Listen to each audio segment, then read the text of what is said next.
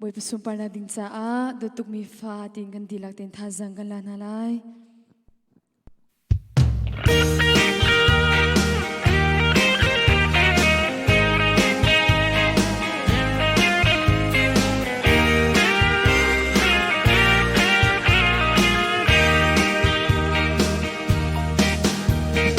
dang khi ka chuan na i khu zai raminda pom na kam hu lai tin ka tra liao cha na khro thiang hin in ka nu na bi thia ka chim bom na chu e ka phadon o kai ma sin in na bula kan bo tuk mi fa na si la chin phang ha azung zalin kanum pi ati ka zot fa cha na ka cha si boy ngan si su asi at kharawi na ka pi beng volay asi bangin chilung ra thai na hor thu ka pha liao chan song an hem tu le tha sam thar pe tu su ka boy pa si su asi at chan a chun ka har sak ruanga ule nau nu le pa ke la or lan hu lam hai so in ka tra si se bom na kam hu khol hey lo khi liao cha na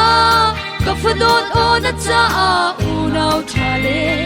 hoi kom tha pi chu kai ma ka si ati ka mi khi a kan ho pia thang tong ka zot fa cha na ka cha a si boy ngan si su asi at harawi na ka pi pen volay asi bangin thilung ra thai na hor thu ka pha liao chan song an hem tu le tha sam thar pe tu chu ka boy pa si su asi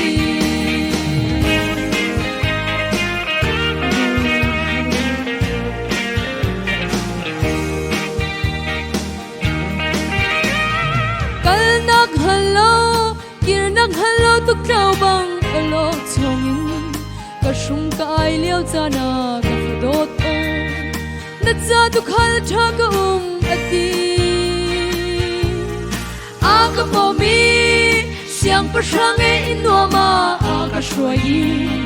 ka phu ka tok lau tha chua avan in chung khar mem para a ka rel chi chang ka zot fa cha na cha si boy ngan si su asi at harawi na ka pi pen volay asi bangin chilung ra thai na hor thu ka pha liao chan song an hem tu le tha sam thar pe tu chu ka boy pa si su asi ka zot fa cha na ka cha si boy ngan si su asi at harawi na ka pi pen volay asi bangin thilung ra thai na hor thu ka pha liao chan song an hem tu le tha sam thar pe tu chu ka boy pa si su asi volay asi bangin thilung ra thai na hor thu ka pha liao chan song an hem tu le tha sam thar pe tu chu ka boy pa si su